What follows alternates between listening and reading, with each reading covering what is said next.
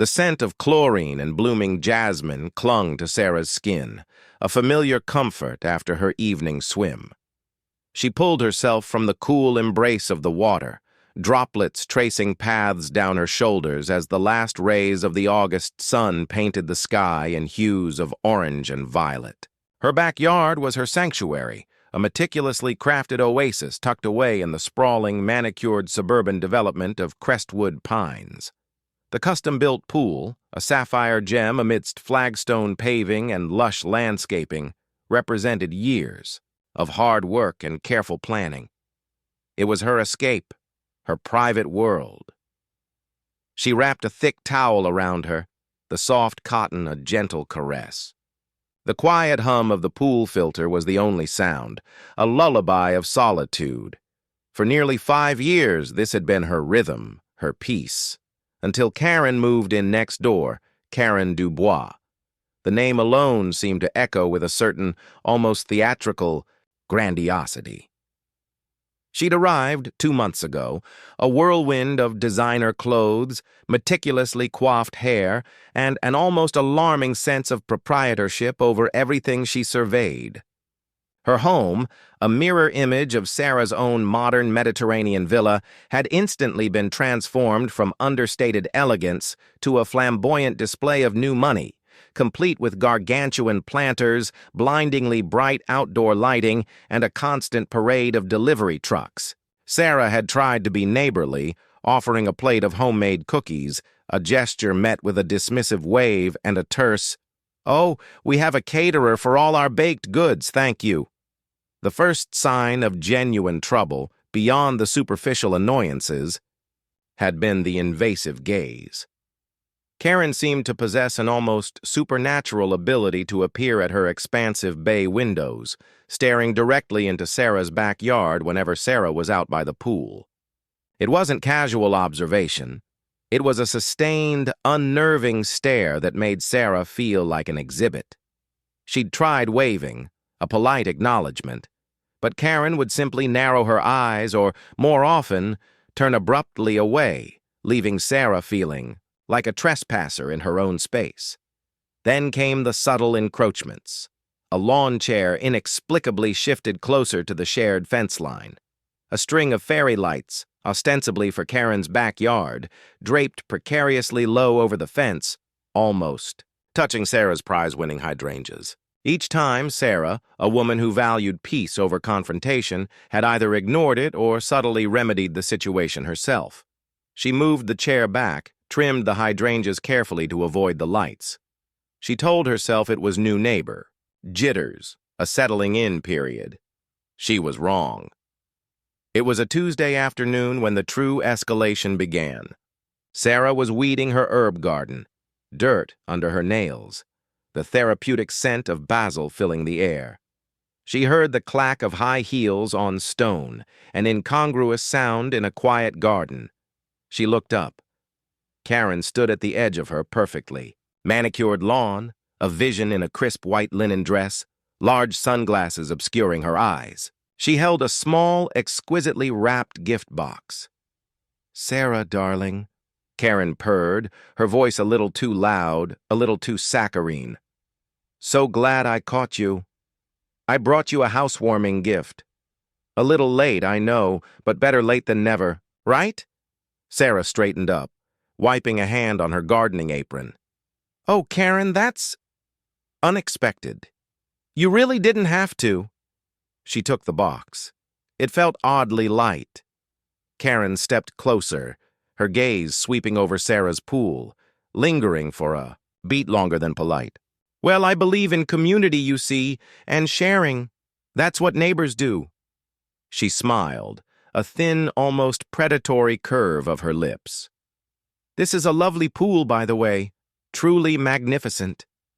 "Thank you," Sarah said, feeling a prickle of unease. "It's taken a lot to maintain it."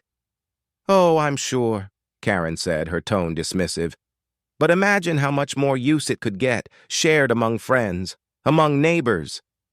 She paused, her sunglasses tilting slightly as if she were scrutinizing Sarah's reaction. "My grandchildren are visiting next month. They adore swimming. Absolutely adore it. Sarah's internal alarm bells began to ring. That's lovely, Karen, but my pool is really just for my family, and of course insurance reasons. It's quite strict. Karen waved a dismissive hand as if swatting away a fly. Oh, insurance, always so tiresome. I'm sure we can work something out. Perhaps a shared liability agreement? I'd be happy to contribute to the upkeep, naturally. Sarah felt a flush creeping up her neck. This wasn't a friendly suggestion. It was an overture, a testing of boundaries. Karen, with all due respect, this is my private property. The pool is fenced and gated for a reason. It's just not something I'm comfortable sharing, especially with children I don't know. Karen's smile vanished. Her lips thinned, and her posture stiffened, radiating an almost palpable chill. Private property, of course. But we are neighbors, Sarah, and I believe in a certain communal spirit, especially when it comes to shared amenities. You see, I've had a word with the HOA, and while they don't have a specific bylaw about neighborly pool sharing, they are very keen on fostering a harmonious community. Her voice dropped, becoming an icy whisper. And disharmony, Sarah, is something no one wants in Crestwood Pines. No one at all. The veiled threat hung in the air, thick and unpleasant. Sarah felt her heart rate accelerate. She clutched the gift box tighter. I'm sorry, Karen. My answer is no. This is not a shared amenity. It's my backyard. Karen's eyes, visible now as she pushed her sunglasses up, glinted with a sharp, calculating anger. Is that so? Well, we shall see, won't we? She turned on her heel and clicked back across the lawn, leaving Sarah standing amidst her basil, the gift box feeling like a ticking bomb in her hands.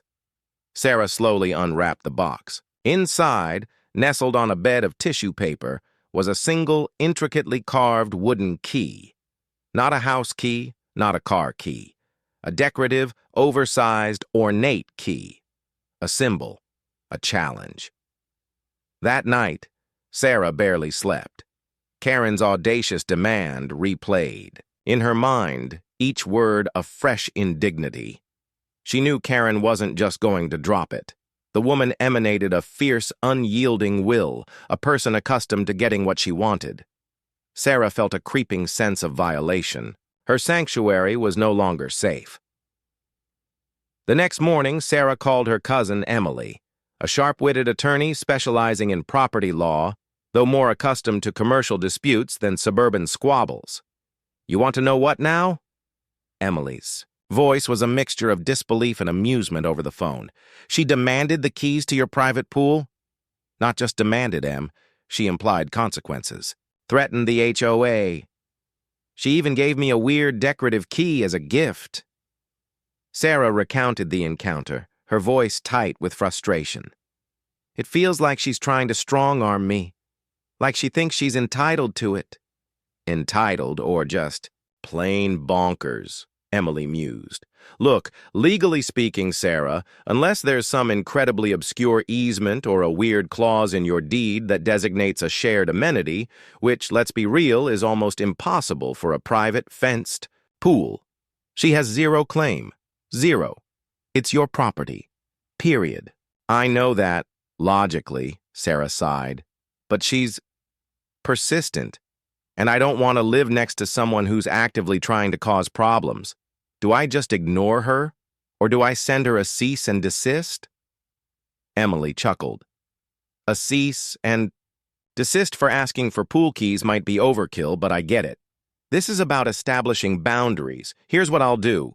I'll draft a polite but firm letter from my firm, just stating that your property is private, no shared access, and reiterating your rights. It's professional, it's clear, and it puts her on notice that you're not just going to roll over. Sometimes a formal letter from a law firm is enough to make these Karens back off. Thank you, Em. Just knowing you're handling it takes a weight off. The letter was sent a few days later. For a brief, blissful week, there was quiet. Sarah almost dared to hope. Maybe Emily's letter had done the trick. Maybe Karen had understood. Then the campaign of subtle torment began. It started with the noise. Not loud parties, but a calculated, insidious hum. Karen's landscapers, usually a professional team, suddenly started their leaf blowers at 7 a.m. on a Saturday, directly by the fence line, for an hour straight. The sound of their pool, cleaner, usually quiet, now seemed to run incessantly, its robotic whir a constant companion. One afternoon, Sarah heard the distinct, tinny strains of what sounded like an opera blaring from Karen's backyard, directed perfectly towards Sarah's patio. It would stop abruptly if Sarah went inside, only to resume the moment she reappeared. Then came the misplaced items. Sarah's garden hose, always neatly coiled by her faucet, would occasionally be found stretched across her lawn, soaking her freshly planted annuals. Her recycling bin, typically placed by the curb on collection day, once mysteriously ended up in her neighbor's driveway, 2 houses down. Small, irritating acts that were impossible to prove, designed to slowly chip away at her sanity. The worst, though, was the community chatter. Sarah started noticing whispers when she was at the local grocery store or coffee shop. Acquaintances would offer sympathetic glances or, worse, veiled comments. "Heard you're having some neighborly disputes, Sarah. That's a shame." Karen mentioned something about property access. A misunderstanding, I suppose. Karen was clearly spinning a narrative, painting Sarah as unneighborly, selfish, hoarding a resource that should be shared. It twisted Sarah's stomach. She was a private person, and having her personal disputes aired out like dirty laundry was humiliating. The silence on the line stretched, thick with Emily's unspoken revelation. Sarah's heart pounded against her ribs, a frantic drum against the encroaching dread. "Em? What are you talking about? What history?" What motive? Emily cleared her throat, her voice now sharp, devoid of its earlier tremor. "Okay, Sarah, take a deep breath. This is quite a story." I started by digging into Karen Dubois' past, looking for any history of similar disputes, nuisance complaints, anything that might explain her fixation. Her public record is squeaky clean, almost suspiciously so. New name, new life, perhaps, but that's a rabbit hole for another day. What I did find, however, was something entirely different, something that circles back to the very ground your house is built on. Sarah gripped the phone tighter, knuckles white. "The ground? My pool?" "Specifically, the original land parcel that your property is part of," Emily confirmed. "Before Crestwood Pines was developed, before any of these houses were built, your land, and Karen's directly next to it, was part of a much larger estate, the Blackwood Estate, owned by a reclusive old money family for generations. The Blackwoods were eccentric, private, and apparently had some peculiar legal arrangements." "Okay. And?" Sarah prompted, impatience lacing her tone. "Bear with me," Emily said, a hint of professional excitement entering her voice. "I went deep into the county archives, old plat maps, wills, probate records. It turns out, back in the 1950s, the Blackwood matriarch, a woman named Eleanor Blackwood, built a rather extravagant private pool. It was her pride and joy. She was obsessed with it, apparently, and had very specific plans for its future." Sarah frowned. "What does that have to do with Karen or me?" "Everything," Emily replied, a dramatic pause hanging in the air. Eleanor Blackwood had 2 children, a son, Charles, and a daughter, Evelyn. Evelyn, from what I can gather, was estranged from the family. Charles inherited the bulk of the estate, but Eleanor, in her will, included a highly unusual codicil regarding the pool.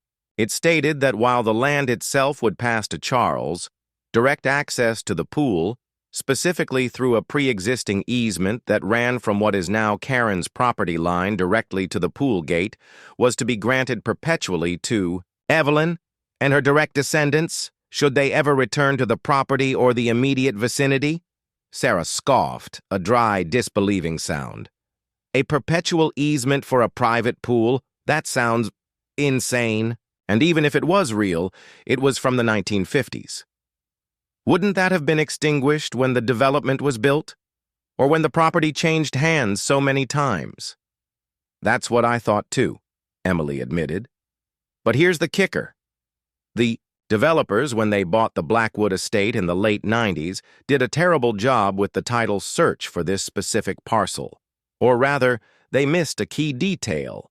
The original easement wasn't explicitly rescinded or transferred correctly. In the subdivision records, it was just overlooked. And it's a prescriptive easement, meaning it doesn't even have to be recorded on every subsequent deed, just proven through continuous open use or by a clear original grant. Eleanor Blackwood's will, a public record, is that grant. Sarah felt a chill ripple down her spine that had nothing to do with her recent swim. So, you're saying a 50-year-old clause in a will means Karen has a legal claim to my pool? Not necessarily a claim to your pool in terms of ownership, Emily corrected quickly, but potentially a claim to access it via that old easement. And here's where Karen Dubois comes in. Eleanor Blackwood's estranged daughter, Evelyn, her married name was Evelyn Dubois. The name hung in the air, heavy with implication. Sarah felt the blood drain from her face. Karen Dubois. You're saying Karen is Evelyn's daughter? Eleanor Blackwood's granddaughter? That's exactly what I'm saying, Emily stated, her voice grim. I cross-referenced birth records, genealogical sites, old obituaries. Evelyn Dubois passed away about 10 years ago. Karen Dubois is her only child, which means, theoretically, she is the direct descendant to whom that pool access was to be perpetually granted. Sarah sat down hard on her couch, the phone pressed to her ear. The absurdity of it warred with the chilling reality. So this isn't about her grandchildren or a communal spirit. This is about inheritance, about some historical right she believes she has to my pool. Precisely, Emily confirmed, and she clearly knows about this easement. That explains why. She bought the house next door, why she's so obsessed, and why she gave you that decorative key. It's not just a symbol of demand, it's a symbol of what she believes is rightfully hers, or at least access to it. This is insane, Sarah whispered, feeling a surge of something hot and volatile mix with her fear. 50 years, a forgotten will, and now she shows up claiming my pool. What do we do, Em? Can she actually take it? It's not that simple, Emily replied, sounding more like a lawyer now, assessing a complex case. While the easement could be legally valid if proven in court, there are layers of complexity. Non-use over decades, the property being subdivided, the change in ownership, the fact that you, as the current owner, had no knowledge of this encumbrance on your title. We have strong arguments. But it also means this is no longer a petty neighbor dispute. It's a full-blown legal battle over property rights and a potentially ancient, overlooked easement. She'll have to sue you to enforce it, and we will vigorously defend you. She'll sue me? Sarah asked, picturing Karen in a courtroom, her face a mask of self-righteous fury. The thought made her stomach clench. Likely, Emily said. But here's our advantage. She's operating on the assumption that this easement is a simple open and shut case. It's not. And frankly, a judge might view her method of claiming this right, the harassment, the implied threats, the public defamation, very unfavorably. This historical claim gives her a reason for her actions, but it doesn't make them right or legal in terms of how she's behaving. A new feeling began to stir within Sarah, replacing pure dread. A cold, hard resolve. Karen hadn't just demanded her pool. She was attempting to seize a piece of her life based on a historical technicality, all while subjecting her to weeks of psychological torment. This wasn't just about a pool anymore. It was about her home, her peace, and her refusal to be bullied. All right, Sarah said, her voice steady, surprisingly calm. So what's our next move? Do we tell her we know? Do we wait for her to make her move? "We don't do anything yet," Emily stated. "We let her play her hand. She thinks she has a secret weapon. Let her think that. Meanwhile, I'm going to prepare. I'm building our defense, gathering every single piece of documentation on her harassment, on the history of that property, and on the legal precedents for extinguishing old easements. We'll be ready." The following week, the atmosphere in Crestwood, Pines tightened. Karen's attacks grew bolder. A package of dog waste appeared on Sarah's doorstep. Her prized rose bushes were suspiciously pruned, unevenly, leaving them looking ragged. The opera music was replaced by ear-splitting heavy metal, blasting intermittently. Sarah continued to document everything, her phone camera a constant companion. She felt like a spy in her own home, but the knowledge of Karen's motive, the old Blackwood will, somehow made it easier to bear. It wasn't random malice, it was calculated, ancient malice. Then, the official letter arrived. Not a cease and desist from Sarah's lawyer, but a formal notification. A registered letter from a prominent, expensive-looking law firm in the city, addressed to Sarah. Her hands trembled as she opened it. It was a legal summons. Karen Dubois was suing her, not just for access, but for what the letter termed unlawful, obstruction of a granted perpetual easement, and damages incurred due to denial of rightful property access. The amount of damages listed was staggering. Sarah stared at the document, a perverse smile slowly spreading across her face. This was it. Karen wasn't just playing games anymore. She was making her move. But Sarah was no longer the unsuspecting homeowner she had been 2 months ago. She was armed with knowledge, with documentation, and with a lawyer who had just unearthed a secret Karen thought was her ultimate advantage. The game had just changed. Karen thought she was delivering a checkmate. But little did she know, Emily had already found a way to flip the board.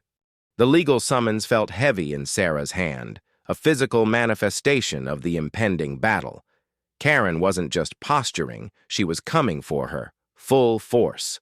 But as Sarah had told Emily, the knowledge of Karen's motive had strangely hardened her resolve. This wasn't a petty squabble anymore.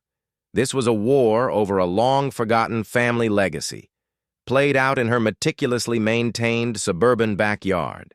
Sarah met with Emily 2 days later. Emily's office, usually a beacon of calm. Professionalism felt charged with a quiet intensity. Stacks of documents, old maps, and legal texts were spread across her large mahogany desk. "All right, Sarah, this is it," Emily began, tapping a manicured nail on the summons. "She's filed a complaint for declaratory judgment and injunctive relief, seeking to confirm the validity of the easement and compel you to grant access. Plus, the damages claim for emotional distress and loss of use. Standard stuff, trying to strong-arm a settlement." "Can she actually win?" Sarah asked, though she felt a growing certainty within her. Emily leaned back, her expression thoughtful. It's not a slam dunk for her, despite what she thinks. Old easements are tricky. We're going to argue abandonment, the sheer length of time it hasn't been used. We'll also argue adverse possession against the easement, which means you've essentially squatted on her right of access by fencing and using it exclusively for so long. And critically, we'll argue lack of notice. You, as a good faith purchaser, bought the property without this encumbrance on your title. That's a powerful defense. And the harassment? Sarah pressed. The dog waste, the loud music, the mailbox incidents? Does that factor in? Absolutely, Emily's eyes glinted. That's our counteroffensive. We're filing a counterclaim for nuisance, intentional infliction of emotional distress, and defamation. Her behavior, especially now that we know her, alleged motive paints her as a malicious, vindictive litigant. Judges don't like that. We'll seek an injunction to stop her harassment and damages for your emotional distress and the costs she's forced you to incur. Sarah felt a flicker of grim satisfaction. So, she's suing me, but I'm suing her right back. Precisely, Emily smiled, a hint of steel in her eyes. This is a chess match, Sarah. She thinks she has a queen she's just revealed. We're about to show her we have a full board and a different strategy. Over the next few weeks, the legal machinery ground into motion. Depositions were scheduled. Emily meticulously prepared Sarah, rehearsing answers, anticipating Karen's attorney's angles. Sarah, in turn, continued her diligent documentation of Karen's every move. The subtle attacks didn't stop. A sprinkler head on Karen's side of the fence was mysteriously turned to continuously spray Sarah's patio furniture, leaving unsightly water stains. A drone, small and buzzing, occasionally hovered over Sarah's backyard, too high to identify but low enough to be a clear invasion of privacy. Sarah filmed it all, a cold fury solidifying inside her. The first major confrontation came during Karen's deposition. Sarah wasn't present, but Emily called her immediately afterward. It was enlightening, Emily said, a wry amusement in her voice. She admitted to being Evelyn Dubois' daughter, though she tried to downplay the inheritance aspect, framing it more as a sentimental quest to reconnect with her grandmother's legacy. She was evasive about the harassment, of course. Claimed it was coincidental misunderstandings or Sarah being overly sensitive, but she slipped up Sarah several times. How?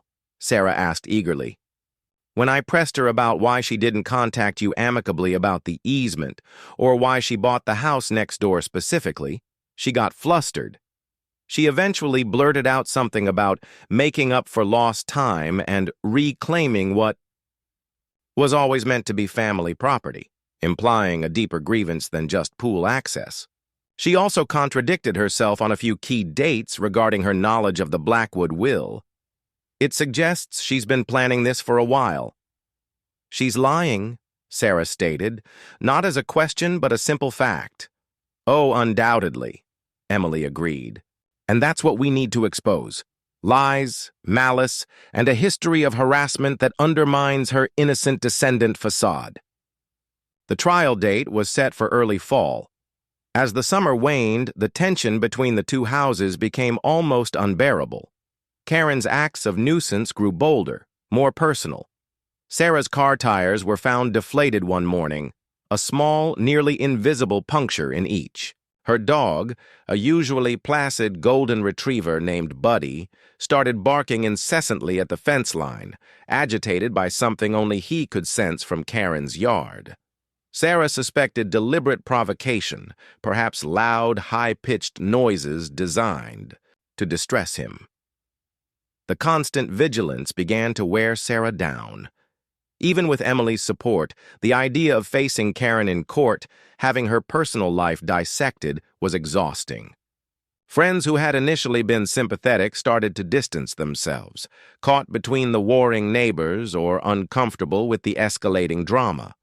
Sarah felt increasingly isolated, her home no longer a sanctuary, but a besieged fortress. 1 sweltering afternoon, a week before the trial was to begin, Sarah was attempting to read by the pool, desperate for a moment of peace. The drone buzzed overhead again, lower this time, its tiny camera lens clearly visible. It circled her yard, then hovered directly over the pool. Sarah snapped. She dropped her book, grabbed a nearby garden hose, and aimed the powerful jet upwards. The stream of water arced through the air, hitting the drone squarely.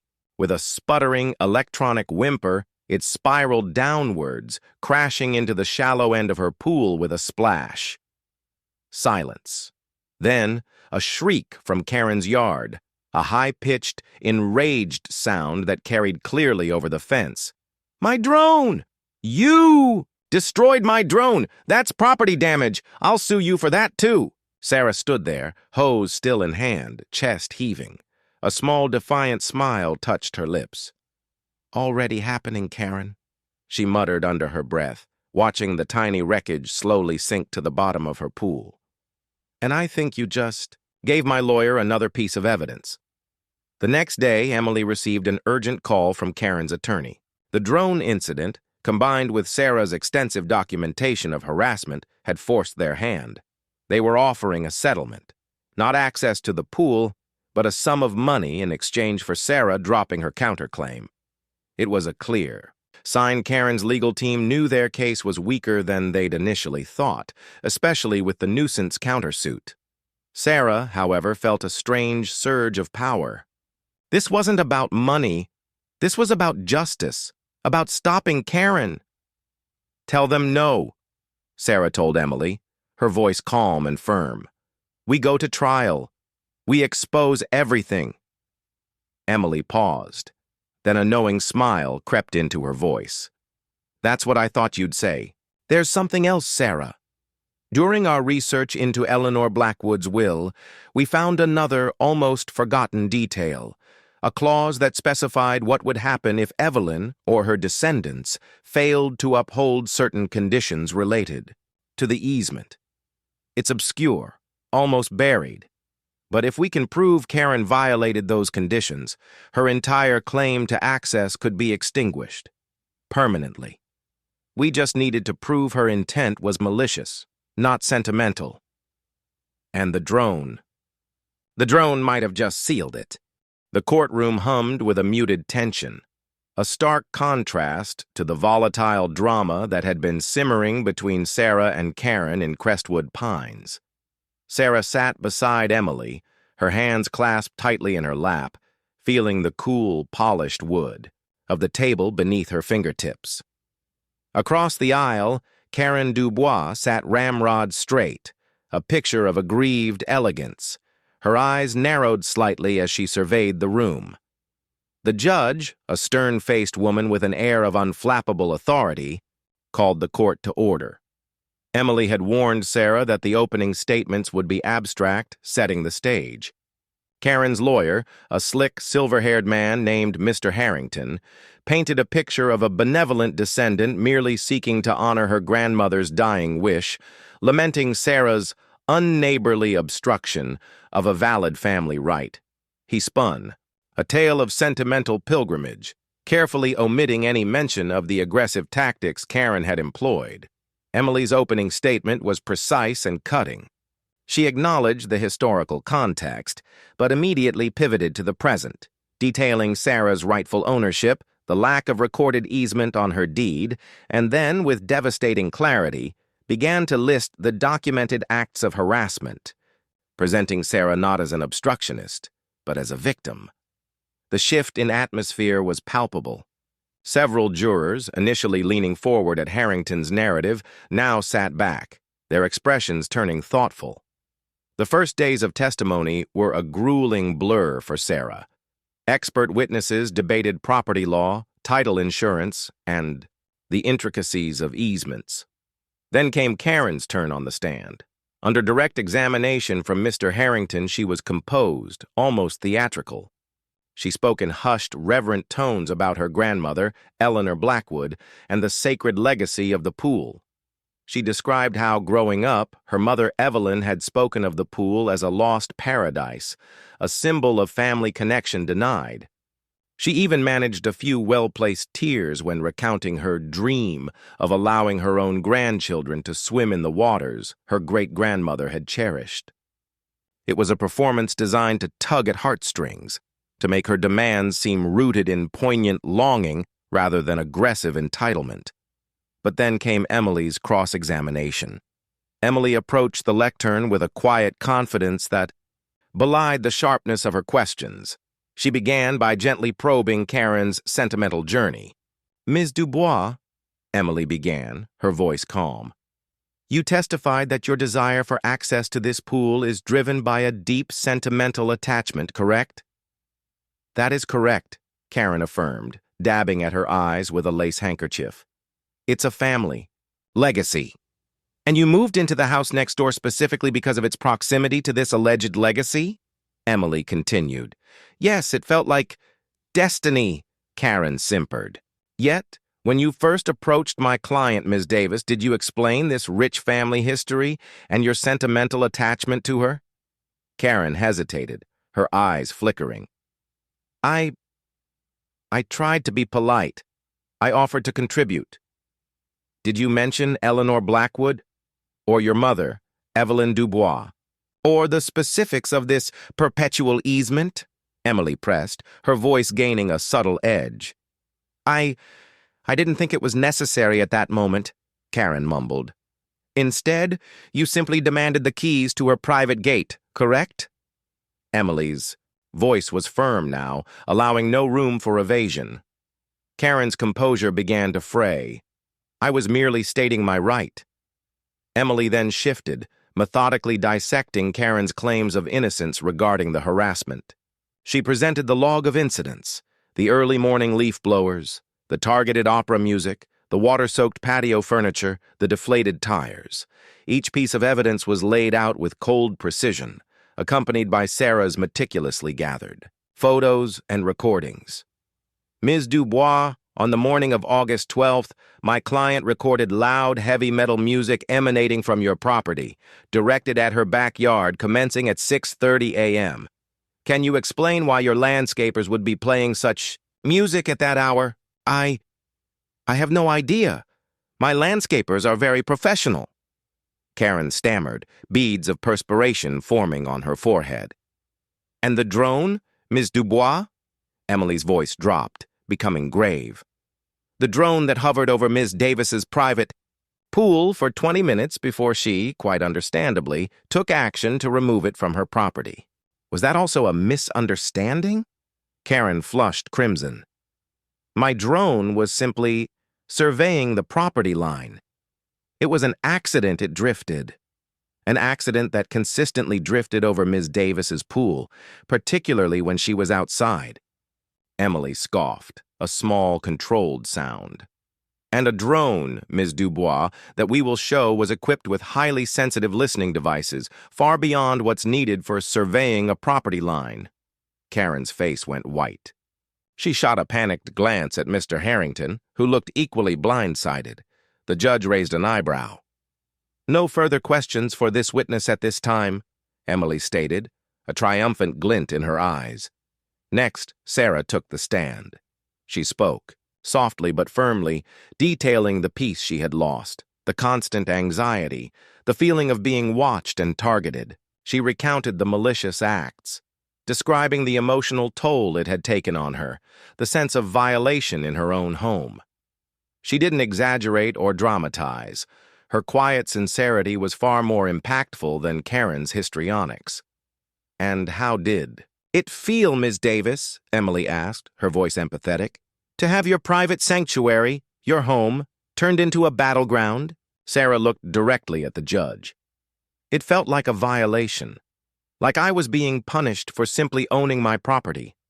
Like I had to live in fear in my own backyard. Her voice cracked slightly, but she held back the tears. Then, Emily moved to the final critical piece of evidence. Your Honor, she addressed the judge, at this time the defense would like to present Exhibit J, a certified copy of the last will and testament of Eleanor Blackwood, specifically highlighting Article V, Section 3, Subsection B. Mr. Harrington immediately objected. Your Honor, we've already established the primary easement clause. Any other obscure clauses are irrelevant. On the contrary, Your Honor, Emily countered, her voice ringing with authority.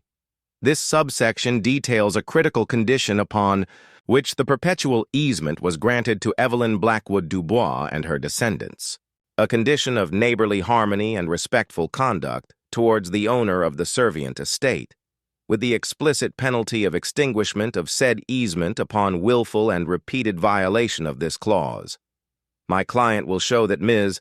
Dubois has not only failed to uphold this condition, but has maliciously and intentionally violated it. A gasp rippled through the gallery. Karen's eyes widened in horror, a realization dawning on her face. She had been so focused on the existence of the easement that she had overlooked its conditions. Or perhaps in her arrogance, she believed they were unenforceable.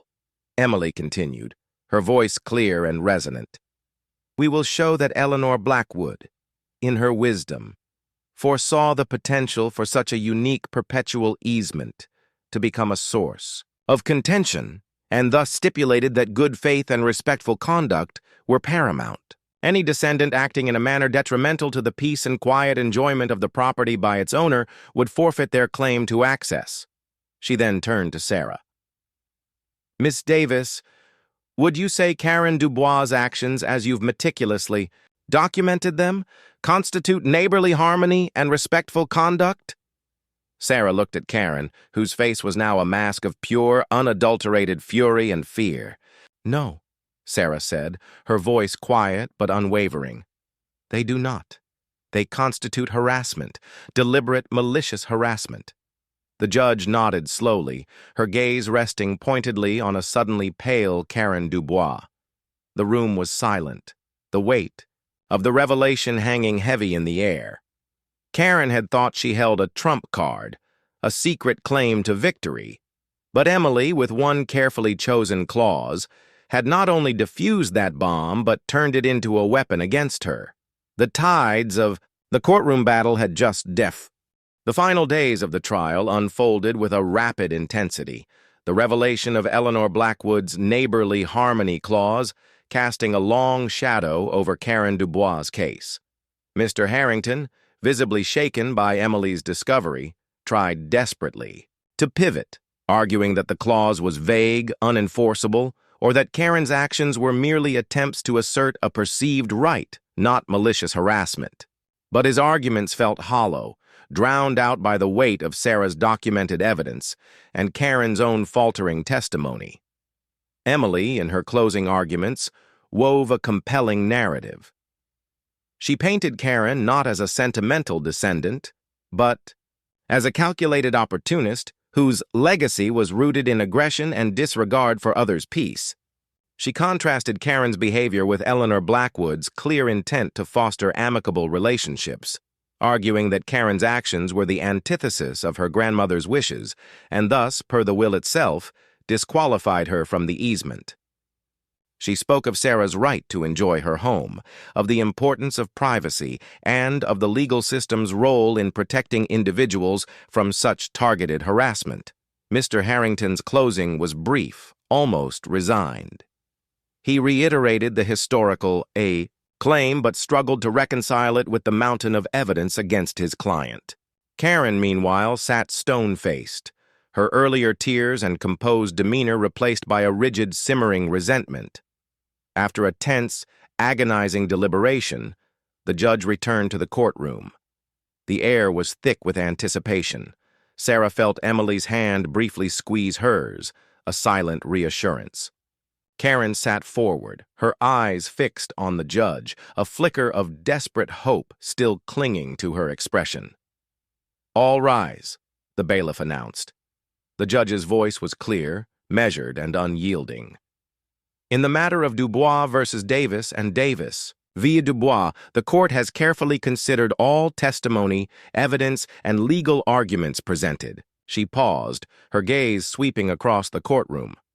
Regarding the plaintiff Ms. Dubois' claim for declaratory judgment on the perpetual easement, the court finds that while the original grant within Eleanor Blackwood's will is indeed a matter of historical record, its enforcement is contingent upon the full adherence to all stipulated conditions.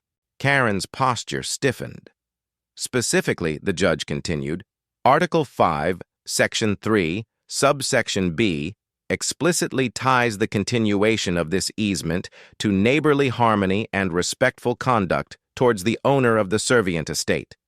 The court has been presented with overwhelming and irrefutable evidence, meticulously documented by Ms. Sarah Davis, that Ms. Karen Dubois has engaged in a pattern of willful, repeated, and malicious acts of nuisance and harassment. These acts include, but are not limited to, targeted noise disturbances, property interference, and intentional invasions of privacy, culminating in the intentional deployment of a surveillance device over Ms. Davis's private property.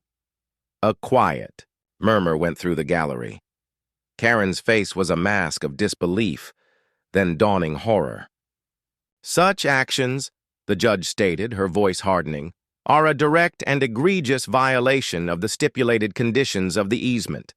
Therefore, the court finds that Ms. Karen Dubois has, by her own conduct, forfeited and extinguished any and all claims to access the pool located on Ms. Sarah Davis's property. The perpetual easement is hereby declared null and void. Sarah exhaled, a shaky breath she hadn't realized she was holding. A wave of relief, profound and encompassing, washed over her. Emily gave her a small, triumphant nod. The judge wasn't finished. Furthermore, regarding Ms. Davis's counterclaim for nuisance and intentional infliction of emotional distress, the court finds in favor of the defendant, Ms. Sarah Davis. The actions of Ms. Dubois caused demonstrable distress, disruption, and financial expense. The court awards Ms. Davis damages in the amount of $25,000 to cover legal fees, damages to property, and emotional suffering. Karen gasped, a small, choked sound. Her face was ashen. Not only had she lost her absurd claim, but she was now ordered to pay Sarah. The irony was brutal. Finally, the judge concluded, her voice stern, the court issues a permanent restraining order against Ms. Karen Dubois, prohibiting any direct or indirect communication with Ms. Sarah Davis, and mandating that Ms. Dubois maintain a distance of at least 50 feet from Ms. Davis's property line, except for the necessary maintenance of her own property. Any further acts of harassment will result in immediate legal consequences. The gavel struck, a sharp, definitive crack that echoed through the silent courtroom. Karen Dubois rose from her seat, her eyes blazing with a defeated fury, but she said, "Nothing." Mr. Harrington placed a hand on her arm, clearly urging her to remain silent. As the courtroom began to stir, Karen turned, her gaze locking with Sarah's. There was no longer anger in her eyes, but a chilling, empty void. She had gambled everything on a forgotten piece of paper and lost it all to her own hubris and malice.